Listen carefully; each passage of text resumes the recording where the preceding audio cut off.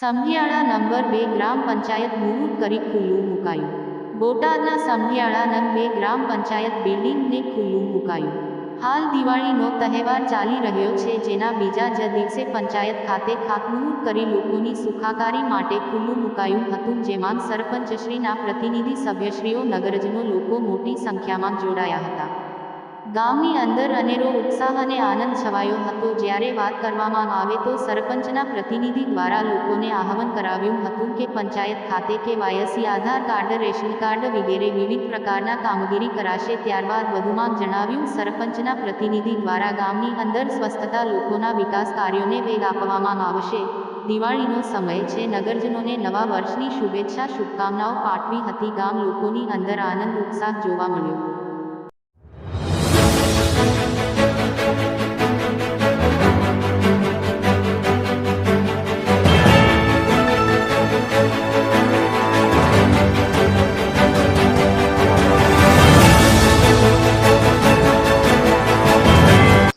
Samadhiyala number 2 સરપંચ પ્રતિનિધિ ધાર્મિકભાઈ શેઠા.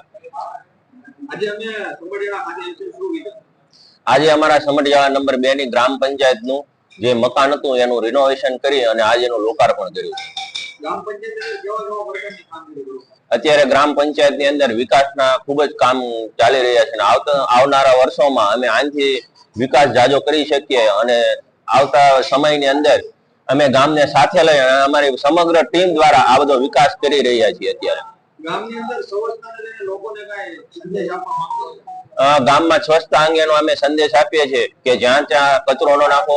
સવારમાં ઈ રિક્ષા ગામમાં ફરે છે તો બધા એનો ઉપયોગ કરે અને જેટલું ગામ સ્વચ્છ છે આપણું, તેટલી જ આપણે સ્વચ્છતાની પણ આપણે અલગથી ગ્રાન્ટ લાવી શકશું ગામની અંદર.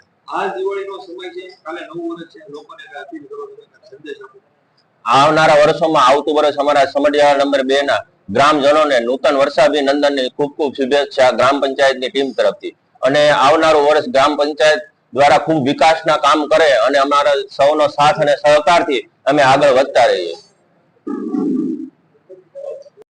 હું સમઢિયાળા નંબર 2 આર.કે. શેઠા ગામ.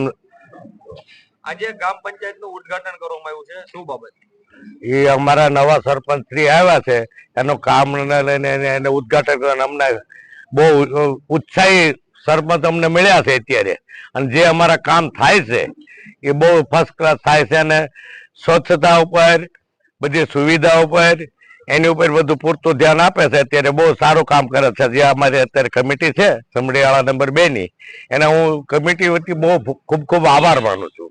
ગામની અંદર કેવા કેવા પ્રકારની કામ ખૂબ કરીને જરૂર છે? ગામની અંદર તો જો અત્યારે સ્વચ્છતા પેલા, પછી સુવિધા, કોઈ પણ સુવિધા છે આપણે રોડ, રસ્તા, લાઇટ, પાણી, આ બધી અત્યારે સુવિધા અમારે બહુ ફર્સ્ટ ક્લાસ થઈ ગઈ છે અત્યારે.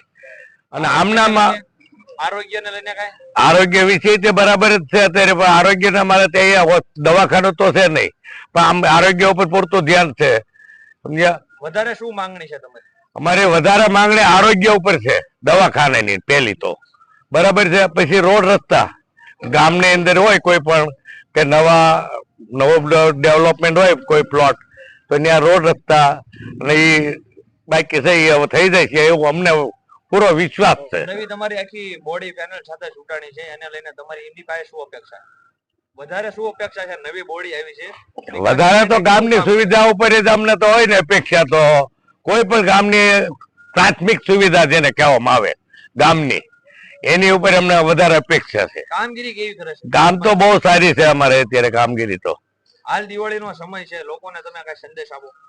હવે બીજો તો હું સંદેશ આપો ને, આ બધા જે બોડી છે ને ગ્રામજનો સાથ સહકાર આપે એવી મારી અપેક્ષા છે. Very good. આપનો પરિચય? કેવડિયા શૈલેષભાઈ વીરજીભાઈ, ગામ સમઢિયાળા નંબર. આજે તમારી નવી બોડી અને ખાતમુહૂર્ત કરવામાં આવ્યું છે પંચાયત, એને લઈને તમે શું? નવી બોડી આવી છે, ગામના કામ સારા થાય છે અને સારી ઉર્જાથી કામ કરે છે અને આવી નવી પ્રગતિ કરે અને ગામની પ્રગતિ થાય એ લોકોનો બોડીનો હૃદયપૂર્વક આભાર માનું છું. ગામની અંદર કોઈ એવી સમસ્યા હોય એના માટે તમારી કઈ માંગ હોય વિશે? ગામની સમસ્યા તો 0 થી માંડીને 100 સુધીની કોઈ પણ સમસ્યા હોય, બોડીમાં ટબ્બા છે બધા માણસો અને 0 લેવલ થી કામ કરવા વાળા છે અને કરશે અને ગામને પૂરેપૂરો ભરોસો છે. ગામની અંદર સ્વચ્છતા અને કચરાને બધી ઘણી બધી સમસ્યાઓ છે બીજા ગામની અંદર. તમારા ગામની અંદર કોઈ એવી સમસ્યા હોય? અમારા ગામમાં જયારે બિનહરીફ ચૂંટણી થાય પછીનું જે અભિયાન ઉપાડ્યું છે સ્વચ્છતાનું, બરાબર, એ ઝીરો લેવલ ઉપર મૂકી દીધું છે. રોડ રસ્તા અને પાણીની કઈ એ બધી અમારી માંગણી છે, પણ એ બધી પૂરી થઈ જાય છે સમય અનુસંધાને.